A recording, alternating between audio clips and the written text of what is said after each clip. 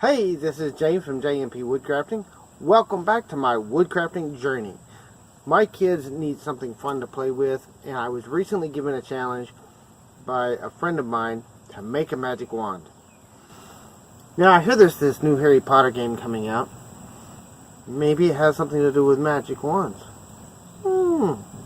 Anyway, I'm here to build a wand, but I'm not an Ollivanders.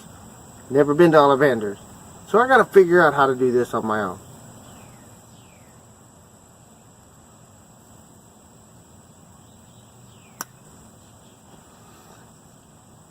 There we go. Let's see how we can make this work.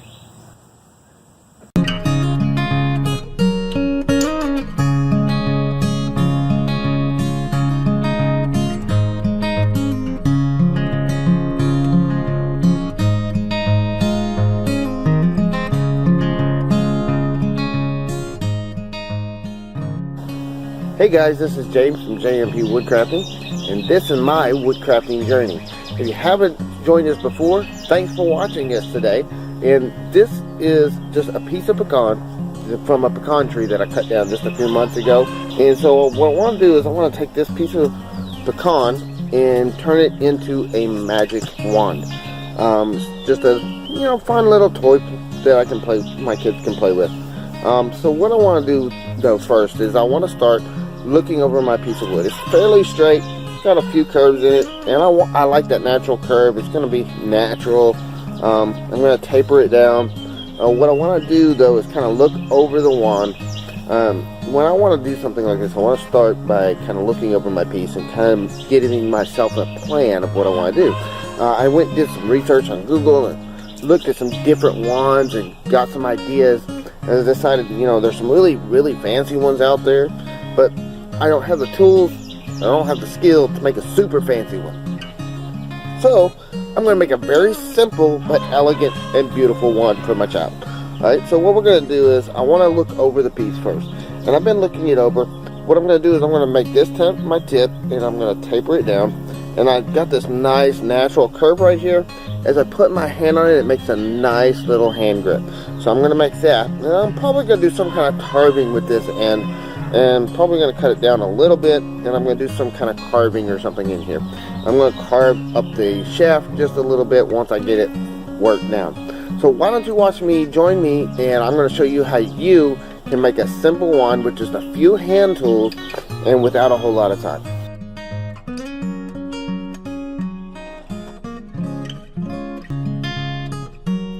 So we're working on the wand shaft here, and we're working with a draw knife.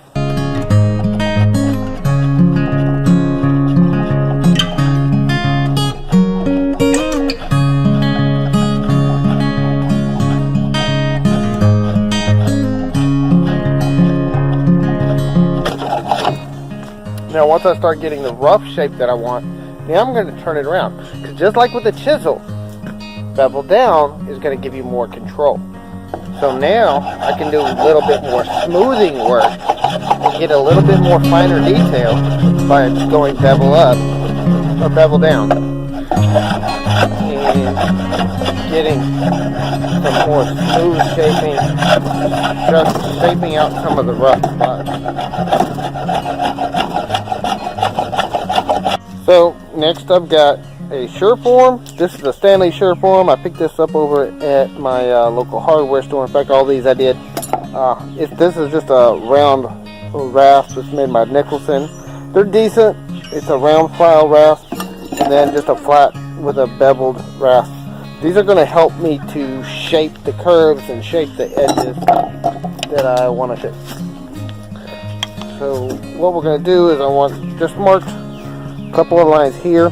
What I want to do is I want to start shaping that section right there and right there, and then we're going to kind of shape this in here.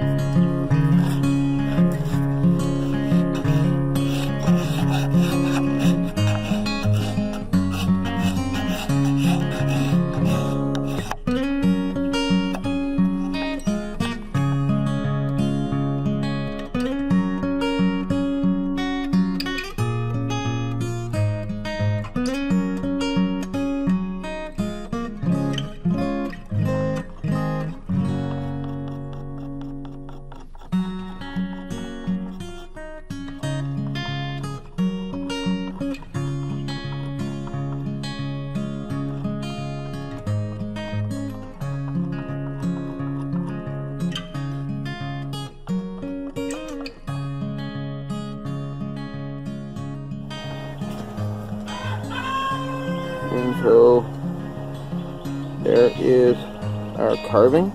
It says hope for my daughter. My daughter has a rare brain malformation called semilobar holoprosencephaly. Now, with holoprosencephaly, what that means is that her brain did not form the left and right divisions. So she has a single mass in her frontal lobe of her brain instead of a left and right hemisphere. So that's why I use HOPE in a lot of my projects. HOPE is the medical designation for holoprosencephaly is HPE, and one of the groups we work with is called Families for Hope. And Families for Hope supports families of kids with holoprosencephaly. Make sure you check the description below. I'm going to link to them so you can learn more about it. They're a lot better at explaining it than I am. But you know, over the last 6 years, you know, it's part of why I got away from woodworking for a long time. I didn't have a shop. We didn't have the money to put into it. Didn't have a whole lot of stuff. So I use HOPE, and I use anchors because we call the families that are supporting these kids with holoprosencephaly, and the friends and the families and all the people supporting them, anchors of HOPE.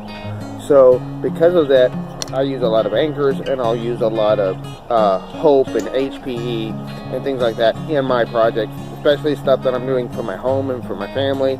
I will utilize those things in my projects to share hope awareness, as well as, you know, because it's something that's very special to us. So that's why I put hope in a Harry Potter magic wand.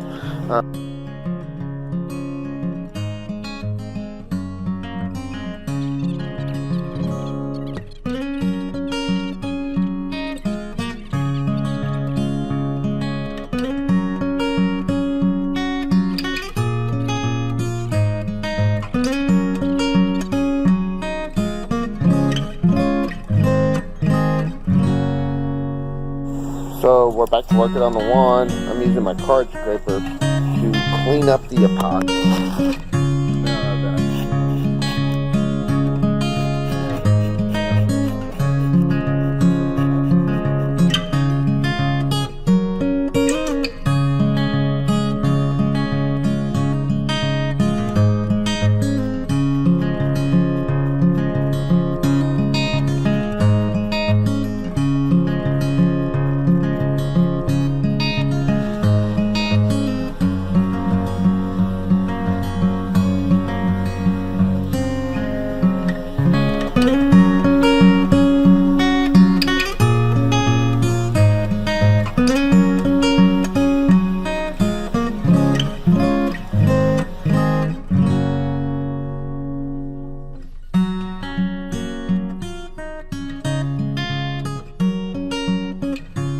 There's the build. I hope you enjoyed this. I hope that this helped you out.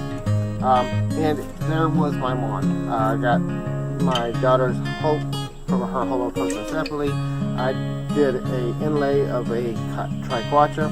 You can kind of match out what it is, but it's not necessarily the best inlay work, but I'm really proud of it. It's rustic. It's got the natural curve of the branch, which is what I wanted, and I hope that this inspires people. If you want to make a wand, this is something you can make with just a few simple tools. Make sure you check out the card right over here, and you're going to click that link and go vote for my wand. If you check out all the other wands that everybody else is making. And thanks a lot to James for inviting me to join in on this build. It was a really exciting, fun time, and we'll see y'all next time. If you like my wand, if you'd like to tell me what you think I could have done better, or what I could do to improve it next time, leave me a comment below. If you like seeing more videos like this one, make sure you subscribe and come back and see us again. Hope you have a great day, and we'll see you next time.